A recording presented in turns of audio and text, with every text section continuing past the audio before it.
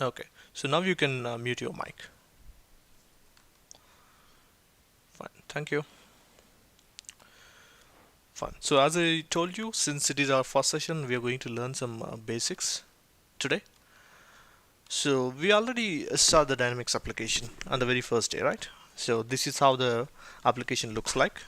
And I told you the navigation path. So if you come here and look at your modules, I mean, this is the way that you look at your modules. Okay. So maybe, when I'm interacting with you, I'll say, go to this particular module. So then you need to come to this place and you need to go to the respective module. And one more thing that we need to keep in mind is the Dynamics AX application can be used by multiple organizations. I mean, a group of companies with a single instance. So what do I mean by that is, so with the demo data, actually we have more than one company in the Dynamics AX application now. So if you look at this drop down, this is the list of companies right now the Dynamics AX is configured for. So for example, the Contoso Entertainment System Russia and Contoso Entertainment System Mexico and the Contoso Entertainment System India, US and a lot of countries. So it is a group of companies. But still one application will be used by all the group of companies and no additional licenses need to be bought and all. I mean, we are not getting into the licensing part, but one single application you can configure multiple legal entities. Okay. So what we'll be doing throughout our demo is we'll be using our Contoso Entertainment Systems USA company. Okay. So if in case in the future, maybe when you get into a job or maybe when you're getting into a training or something, so if somebody says you go to the specific legal entity, then you need to come to this place and you need to choose the legal entity which they're talking about. So that is Contoso Entertainment Systems USA. So most probably people will say you go to the USMF company. So then you need to come to this place and need to go to the USMF company. Okay, so that's the first thing. And right now I'll get into GL module for today. Okay, so whenever we set up a company, the very first thing that we need to understand is for which country that we are setting up this company. So let us say we are going to implement Dynamics AX for an organization. So first, we definitely know that this implementation is going for a specific customer in maybe Zimbabwe or maybe UK or whatever that is. So the very first thing is the accounting currency of the application. So this particular USMF company right now, definitely they'll be transacting in US currency, right? So that is the reason for this specific company we need to set the currency as USD, so that whenever a transaction gets posted, so transaction should get posted with US currency. And sometimes in the international businesses, it is possible that you will also buy or sell to a lot of other countries as well, right? So system should be able to handle the multi currencies, but accounting should happen only in the respective country's currency, right? So first thing, let us see where do we set the currency of the company. So if we are implementing Dynamics AX to a new customer, how do we set the currency? So that's where we start from. So if you go to the GL and under setup, so you have a form called ledger. So this is a very important form wherein you start with if you're doing a fresh implementation. You come here into this ledger form and you see here a field called accounting currency.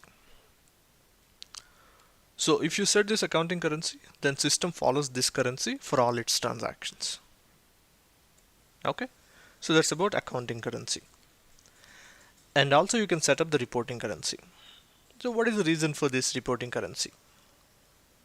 So probably since you worked on many implementations, probably you know the difference between accounting currency and reporting currency, right?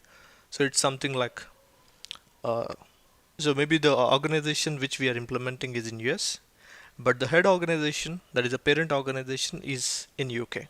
So if that is the case, maybe we would like to see all the reports in UK currency, that is GBP. So if that is the case, I can set the reporting currency as GBP. So whenever a transaction happens, that will be recorded in both the currencies. One is in accounting currency and the other one is in reporting currency, right? So that's the basic thing. So first you come here and set up your currencies. And after this, let's understand a few more things now. So this Dynamics AX application is a Windows based application and it takes your Windows authentication. So if I log into the system with my user ID, that is Santosh, SANTOSH, so the Dynamics AX which I'm going to open, even that will be with my name only. Okay, so if I create any record, that record will be saved with my name, saying that he's the user who created it. Well, so let's go and look at the users.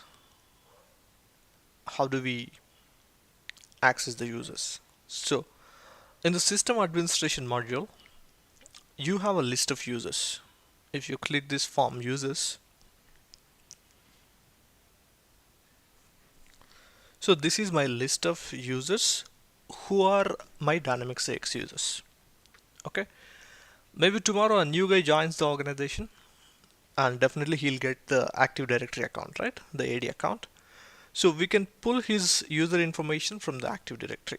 So what we can do is we can say import, and we can import from the Active Directory using this widget.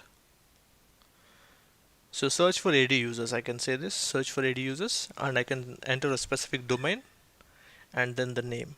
So with that information, I can pull the users into my users list. So if there is a new guy, you're going to give him the access using this particular form. Okay, so that's something basic that we should know, right? Well, now let's go back to our GL. So we understood what is accounting currency and what is reporting currency, and how a company will be set up with the accounting currency and reporting currency, right? Now, furthermore, let's also learn the fiscal calendars now. So for any organization, they should follow the fiscal calendar, right? So for example, an organization which is being operated in India, the fiscal calendar is April to March. So similarly, I think even the Eastern African countries also it is April to March. But there could be some countries which need to follow Jan to December. That is their fiscal calendar. So how do you define the fiscal calendar of the company? So maybe when we are working with this USMF company, we need to set what is the fiscal calendar of this particular customer which we are implementing. So that is where you go and set up your fiscal calendar. So in the same ledger form, as I told you, this is a very important form. If you're starting a new implementation, this is the first place where you start from in your setup. So here I can set up what is my fiscal calendar of the company. So right now the fiscal calendar name is showing as a fiscal, but what is the setup behind that? So what exactly this fiscal has? So is it April to March or is it Jan to December? Which one is that? So all this information you can see that in the setup form of fiscal calendars. Let's do one thing now. I'll go to that master form and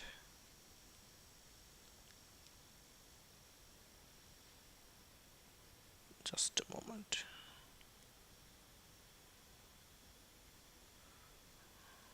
Okay.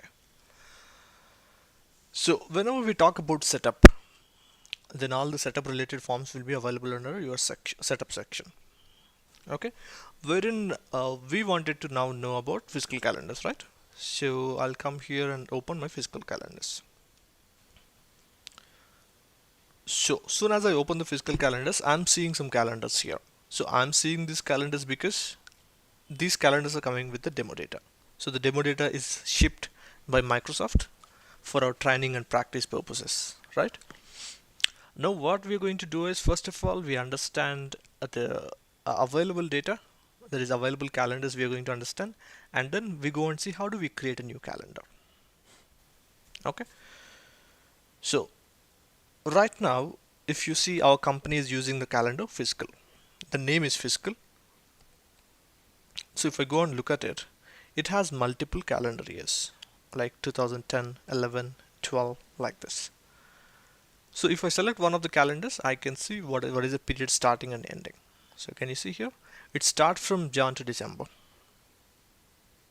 So starting is Jan and ending is December. So they are following a physical calendar that runs from Jan to December. But now let's assume that we are doing an implementation for a customer who is in India or maybe some other part of the world. But he wants to follow April to March. So if that's the case, what is that you're doing? So that is when you're going to create a new physical calendar. Now, let me learn now how do I create a new physical calendar.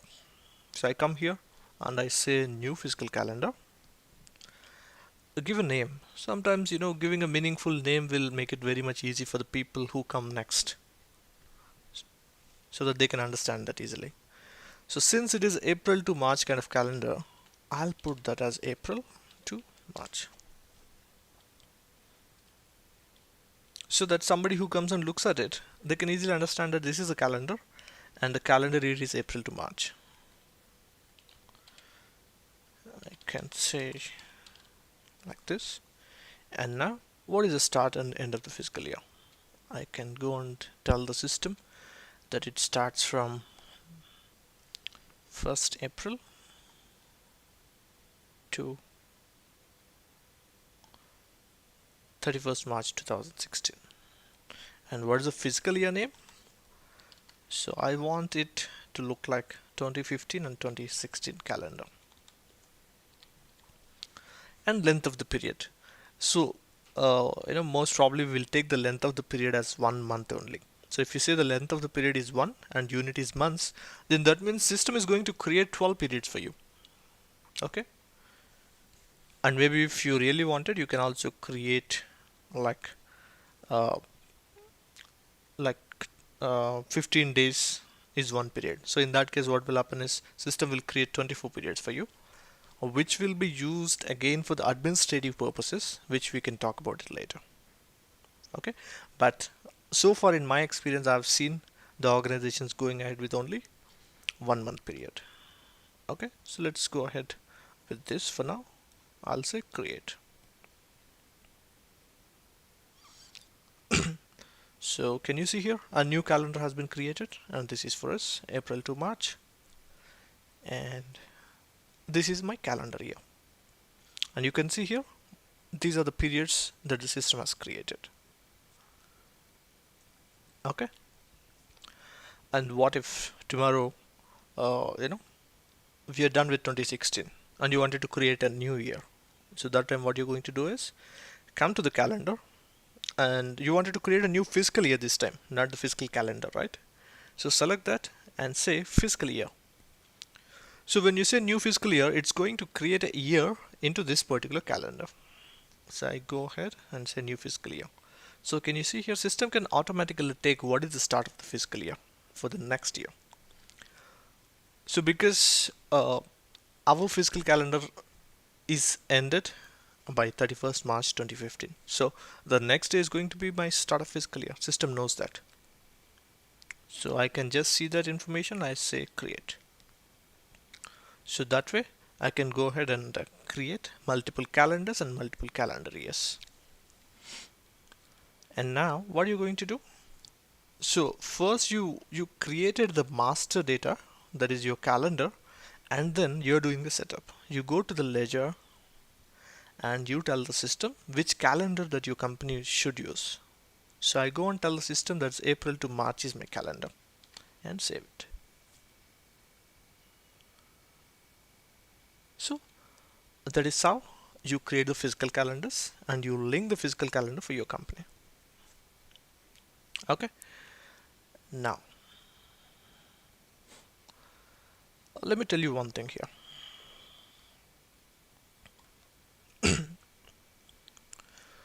Throughout the Dynamics AX system, the data will be maintained per legal entity. What do I mean by that? For example, the data is separated by company. That's what I mean to say. For example, you have a list of vendors, 10 vendors in your USMF company. And those 10 vendors may not be same for your other company, that is USRT company, or maybe you can for now take it as INMF company. This is my Indian organization and this is my US organization. So my list of vendors are different in both the companies. So that is the reason you maintain the data separately, the transactional data and even the master data. If I have somebody called, maybe Oracle Technologies as my vendor in my US, maybe in my India, I don't have any Oracle Technologies. I don't, buy any software from Oracle Technology, and that's the reason I don't have him as a vendor. And I have MS Microsoft Technologies as one of my vendor. So my both the vendor list will be maintained separately. So that's where the data sharing, sorry, data separation is done. Okay. So to understand this, let's go and quickly look at some data. So right now I'm just shifting to accounts payable module. I go to AP, go to vendors, and I can see my list of vendors by accessing this from all vendors.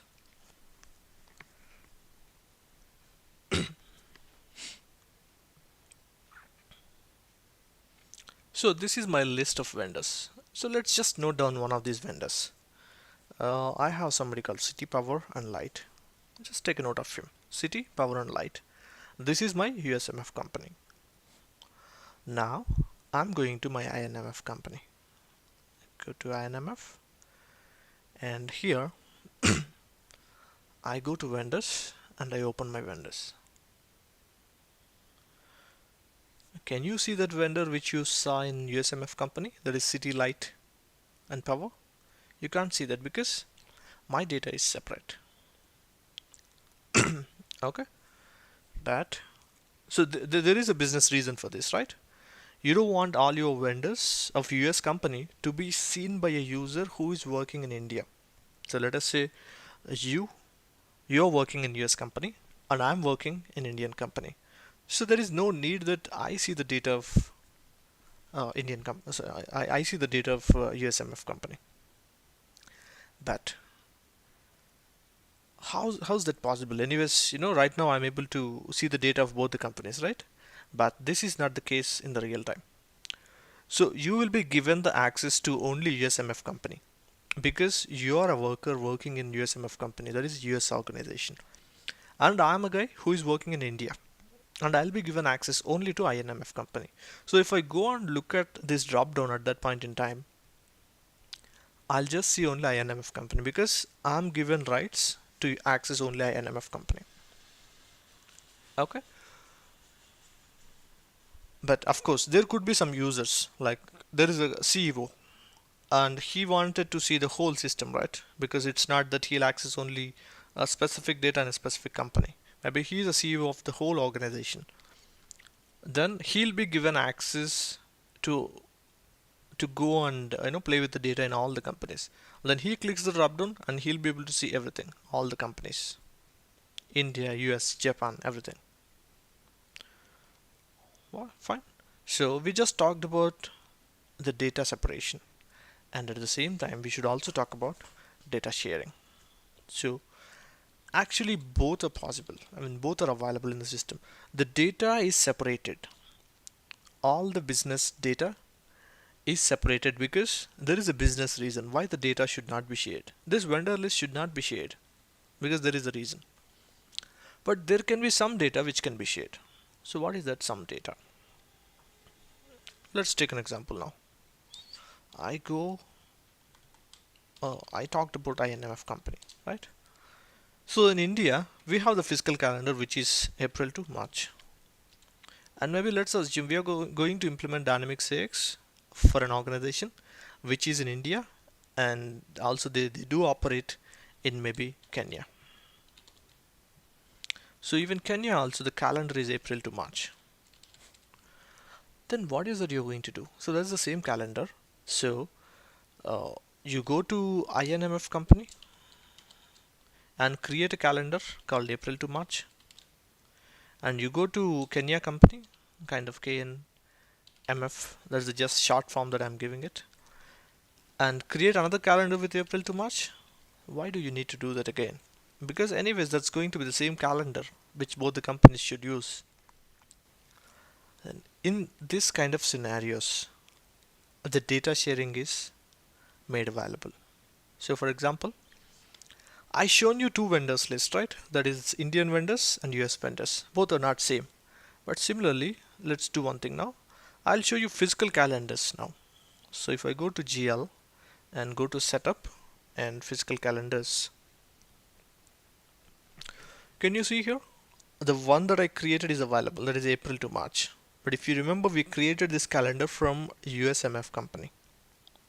Let's do one thing. I'll go back to the USMF company also. That is, click here, go to USMF and open your physical calendars form. So if you open that, I see even the April to March calendar. So what is the benefit that it is going to give me? So maybe I wanted to use the same calendar even in other company. So I go to the other company and I go to the ledger form and I go and select my calendar which I wanted. So I'm getting away from creation of the same data in multiple companies. So this is just one example we looked at this point in time. Okay, but going forward we'll see some data which is shared and we see a lot of data which is not shared. So maybe I can say roughly a 10% data is shared and other data is not shared because there is a business reason why that data should not be shared. And only the setup data which is, you know, which will be in the hands of senior management or senior people, that is shared. Okay, so that's about physical calendar creation and how do you assign your physical calendar for your company. And also we looked at what is an accounting currency and what is a reporting currency.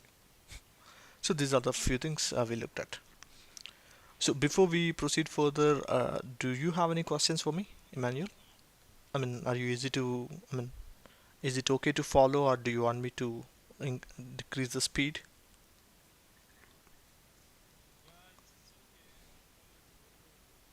Okay. Hmm. Yes, yes, I can hear you. That's perfect.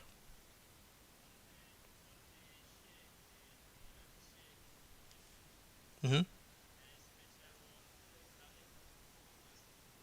Right.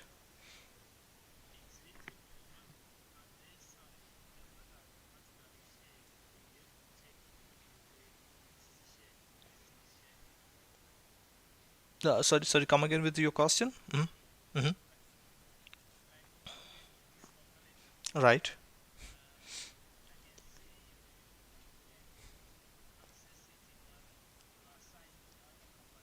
Right. Right.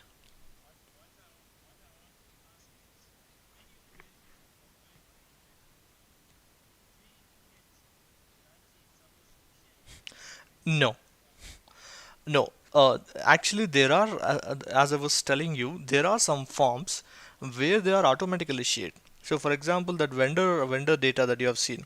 So that vendor's data, because of the reason there is a business need that the vendors need to be separated by default in the system that is made not shareable. I mean, it should not be shared. But these physical calendars, because of the reason it could be, that is a common requirement across the organizations. So that's the reason this form completely is made shared. So it's not that you're going to tell the system that it should be shared. Okay, right. Thank you.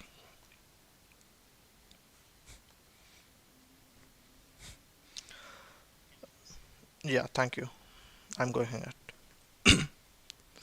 Well, so with that basic information now, what we're going to do now is we'll look at how do we create the transactions in the system.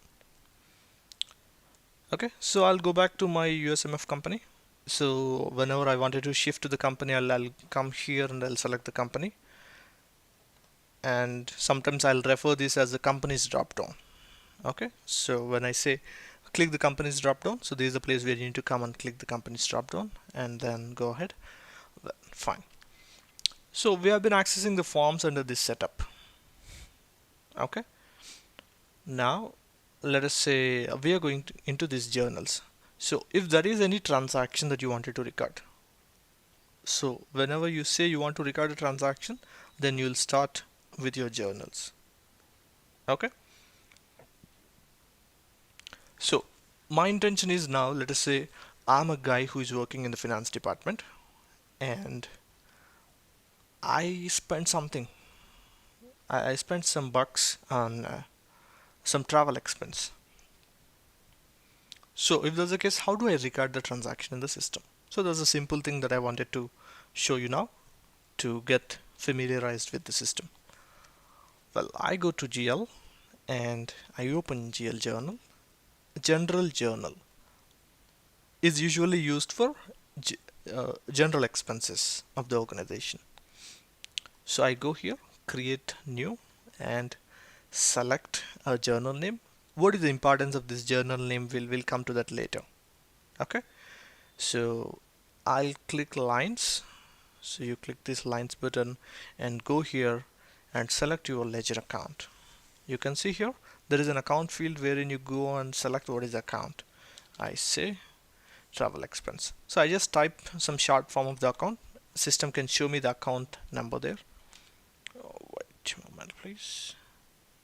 And if I don't really know that, I can navigate to the respective account.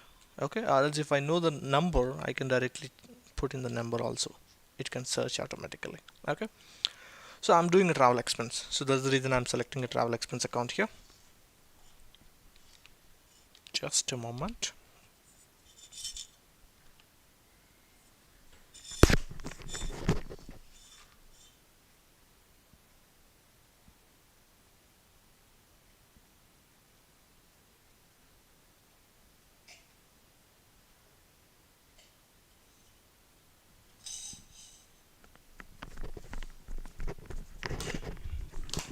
Well, so I selected a travel expense account here and entering the description now.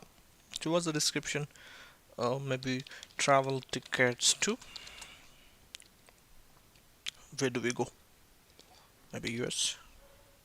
Okay, and say 1000 USD is the debit amount. So since it is an expense, I'm debiting my account. So always you need to remember one thing. So whenever you are entering a transaction, so whatever the account that you mentioned the left side, so that's where you start reading your transaction. So I can say my account 601500 is getting debited with 1000 USD, and where the credit should go to, so that's where you input your offset account. So in the offset account also you can select one of the accounts. So for now, maybe let's say I paid it through my petty cash. So I select the petty cash account. Done. So you just entered the debit, so automatically the credit should go to offset account. Okay. So if you select the account here and select the credit there, I mean if you enter the credit amount, then the credit amount goes to the left side account and the debit will go to your offset account. Fine. So I go ahead and post this transaction. So if I post this transaction, done. That is committed and my transaction is done. Okay. So once a transaction is posted, so you can't edit a transaction. So that is a pretty common thing with any ERP system, right? Done. Now let's do one more thing now. I wanted to create another journal, but this time I spent in some other currency, because let's say we have been to travel, I mean we have traveled to US, right? And maybe we also went to some other place wherein we spent in some GBPs, that is British pounds. So if that's the case, let us say again I'm taking the same travel expense account now.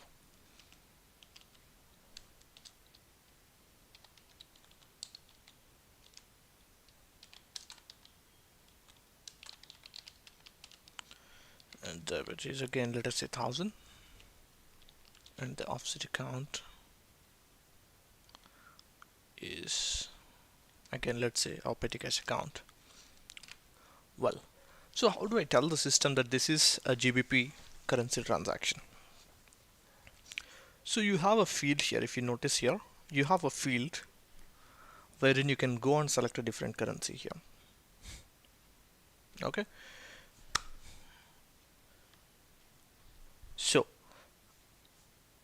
in this particular field, if you see this icon, this symbol, I call this as a lookup field.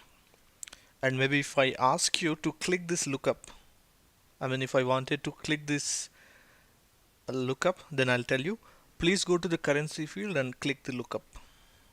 I just wanted to make sure that we follow the same terminology. Okay, so you go to this field and click the lookup, and you see a lot of other currencies as well. Out of which one we wanted? We wanted GBP. I can say Control G and I can type GBP and I can choose it. So this is one way, but it's not necessary that you just go and click the lookup and filter that out and then put the GBP. It's not that. You go and change the currency directly here. If you know that value, just put it to USD directly, or else put it to GBP back. Okay, so that way you can change your currency. But one thing that you need to remember here, so throughout the Dynamics 6 application, if you see a lookup field like this, then you should assume that there is a way that you can go and create another record into that particular table. So if you see a lookup, that means it has a master form. So master form means where we have the data, and there is a source for this lookup. So I can go to that source by right clicking that particular field. I can say right click and I can go to the view details. So this shows me what are the different currencies that I can handle basically. So these are all the currencies that I can handle. Okay, if in case tomorrow we get a new country and we get a new currency, then come here and create your new currency. Okay, well, so that is how you change your currency. And when you change your currency, what else that you need to think now? So let us say we have been transacting the whole year using USD. Now suddenly we say, I mean, we got somebody who says we spent 30 GBPs. Then what should our book show now? That 30 GBP is how much in USD? So that system should know that, right? So that is where we configure the currency conversions. Exchange rates or currency conversions we configure in the system. So now we go and see how do you configure that currency conversions. Even now if you see this, if I save this record, can you see here the amount that I entered here is 1000 GBPs, and the system is taking the amount on top of the form. You can see here that is 1575.55. So yes, system knows right now that if you say 1000 GBPs, that is 1575 USDs. System knows that now. But how does the system know that? We are going to understand that now. Okay, and also remember some terminology here. These are called tabs. I say general tab and I say invoice tab and I say payment tab. Okay, I can tell you go to the payment tab and you will find a field method of payment. As I can also say go to the payment tab and go to the amount section. The section is this, that will also be called as field group and go to balance field there. Okay, so that's how we should get onto the navigation. I'm sorry. Yeah, and also on top ribbon you can see different buttons here. So as you know, we call them as buttons, and we normally say this is the top ribbon. Okay, and I can go and post this transaction. Done.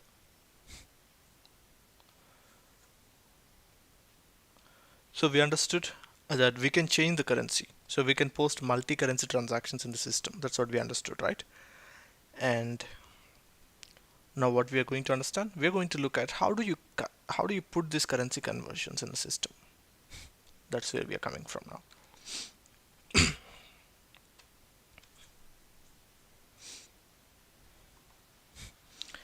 Again, whenever I say that there is some setup, and whenever you think that there is some setup, that particular form will be available under your setup. So right now I come to the setup, and initially when you're not comfortable with the system, then you just keep looking at the different names and you see maybe this is something that I'm looking for. That's how you will initially go with. So for example, right now I'm talking about currencies and currency conversion, right? So that's the reason if you go to the setup, you can see something that is relevant. You can see ledger reasons, fiscal calendars may be not relevant, but you can see currency here. Maybe this is something that I'm looking for. Then go to currencies, and this is the form that you open from there. If you see here the currencies, this is the master form, right? Which we've opened from the journal voucher. So directly you can go to that particular field and did a right click and did a view details. So that's where you came to this form. But in general, how can you come to this form? You can come to GL, setup, currency and currencies. Okay. And you can set up some rules here. What is the prefix of this this currency, and what is the suffix? All these details. If you really wanted to maintain some. Okay. And what is the rounding rules? We'll learn them later. So what is the general rounding rule for this? And when we are doing a sale, what is the rounding rule for this? So maybe if the total sale value is 13.456, so it should be rounded to what? So if you say normal rounding, it will be normally rounded, that is 13.45. But if you say rounding up, then it says 13.46, like that. So you can mention some rounding rules, but we can learn them later, right? And now this is where you can go and define what is your currency exchange rates. So you come here into this currency exchange rates and select the exchange rate type here. I go and select default. I'll talk about this exchange rate type just now. So before that, let's understand how do you do the currency conversion? How do you set up the currency conversion? Can you see here? You have in the default data there are already currency conversions available. So between USD to Euro, what is the currency conversion is? And between USD to some DKK, what is the currency conversion is? Like this, there is some currency conversion available with the demo data. But when you start a fresh implementation, you don't see any data in this form. So that's where you go and create new currency conversion. And let us say this time I wanted the currency USD from currencies USD. No, sorry. I want the currency conversion. Let us say Singapore dollar to, I want it to be US dollar.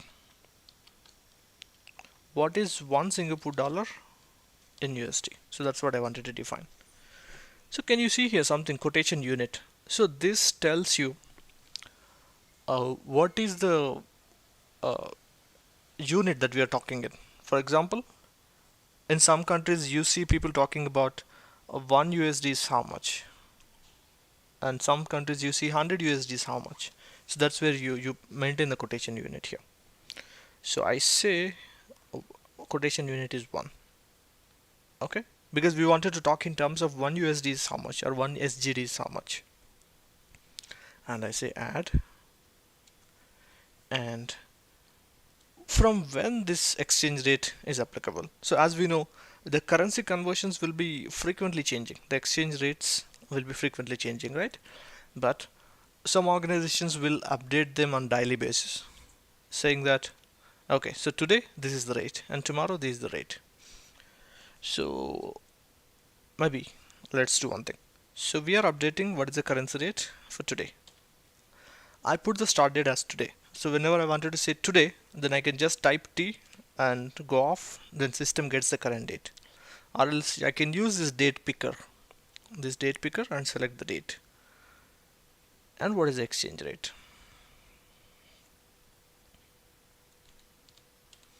I can say here SD to USD conversion is 1.2. So maybe it is sometimes confusing. So always you read the text here, which will give you full information what I'm defining. So that is 1.2 USD for 1 Singapore dollar. But actually I think that's wrong, right? So maybe, so it could be like this. 1 Singapore dollar is equal to at least 0.8 US dollar.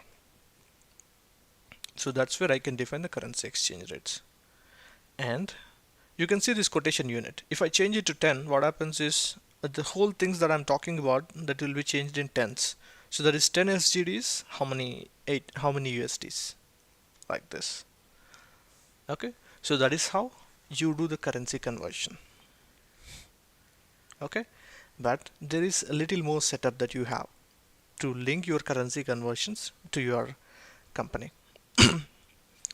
Again, here we utilize the data sharing here again. So to make this currency conversion easy for multiple companies, so again we followed the data sharing, but we are controlling the data sharing. So it's not that directly the data is shared, the data is being controlled. So how's that happening? Let me show you one thing. We have 2 or 3 legal entities, all are for US only. Maybe that is Contoso manufacturing company, which will be called as, let us say, USMF, and we do have another company that is Contoso retail, and that is USRT. So we do some foreign currency transactions in Contoso retail, and also we do some foreign currency transaction in Contoso manufacturing also. But so if I wanted to do some multi-currency transactions, then definitely there should be currency conversion available, right, in both the companies. So for that reason, what we did is we introduced something called exchange rate type.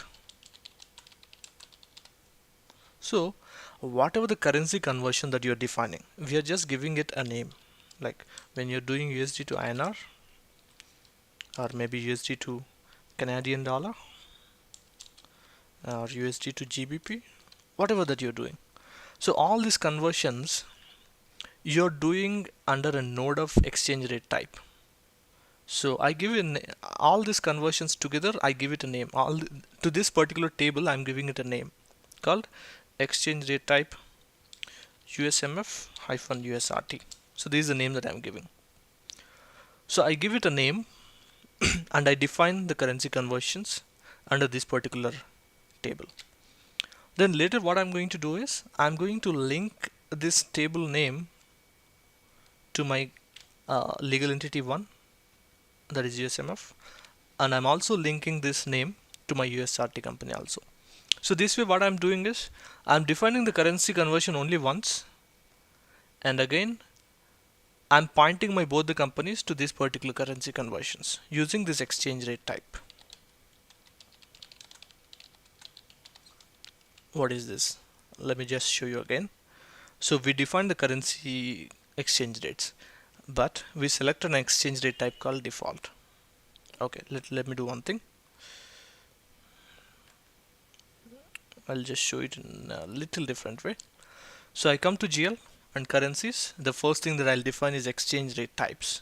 So this exchange rate types is nothing but what you are doing here. You can create an exchange rate type called USMF-USRT. So that's what they did here.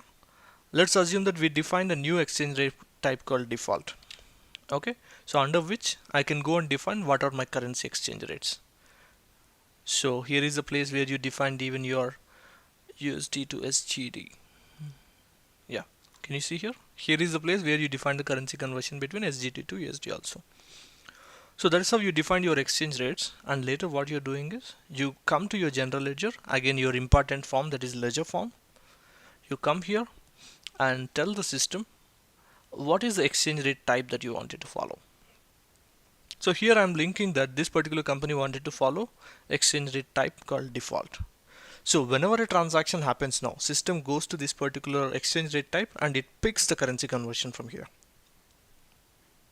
Okay, let's do one thing. Let's quickly create a transaction with SGD quickly, and let us see how does that work.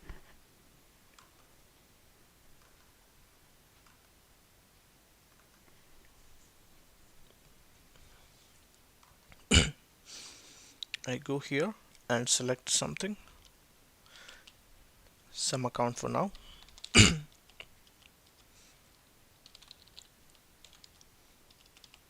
Done. So can you see here the currency, I can change it to SGD now. Can you see here this 1000 US SGD is now converted to 800 USD. So that is where our conversion is working. Can you see here the exchange rate system is saying it is 8. So for every 10 Singapore dollars we said 8 US dollars will be coming. So that's the reason you can see here 800 is a single, US dollar amount for the current transaction. So how does the system is picking it?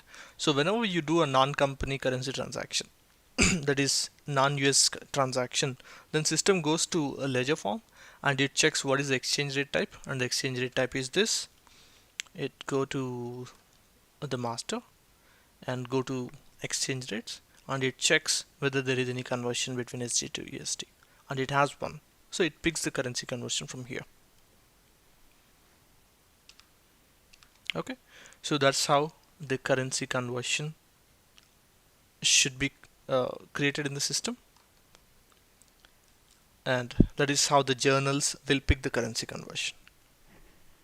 Okay, so maybe if tomorrow you wanted to create a new rate, then again you go to this currency exchange rates and you can go to your default, and between SG to USD maybe there is some change from 6th June, then you put, I'm sorry. So also another beautiful thing is when you are entering a date, you can directly enter the month 6, and you can also enter the date, that is 6, and you can enter the year 15. So instead of putting the slashes and all, you can directly enter the date and put what is the exchange rate. Exchange rate from 6th June is 8.5, like this. So like this you can update your exchange rates. So this is a manual procedure, and also there is a way that you can automatically pick the currency exchange rates from your external source, like from a website. You wanted to get the currency conversion rates automatically updated in the system, so that is also possible with some advanced configuration, which we are not going to look at this point in time. Okay, so with this we are done with today's session of how do you create the fiscal calendars, and how do you set up the accounting currency and reporting currency of the company, and how do you create the journals, and how do you create the currency conversions, and how the currency conversions will be considered when you're posting a transaction. So these are the things that we looked at for today. I think you understood them all. So now I'm leaving the room for questions.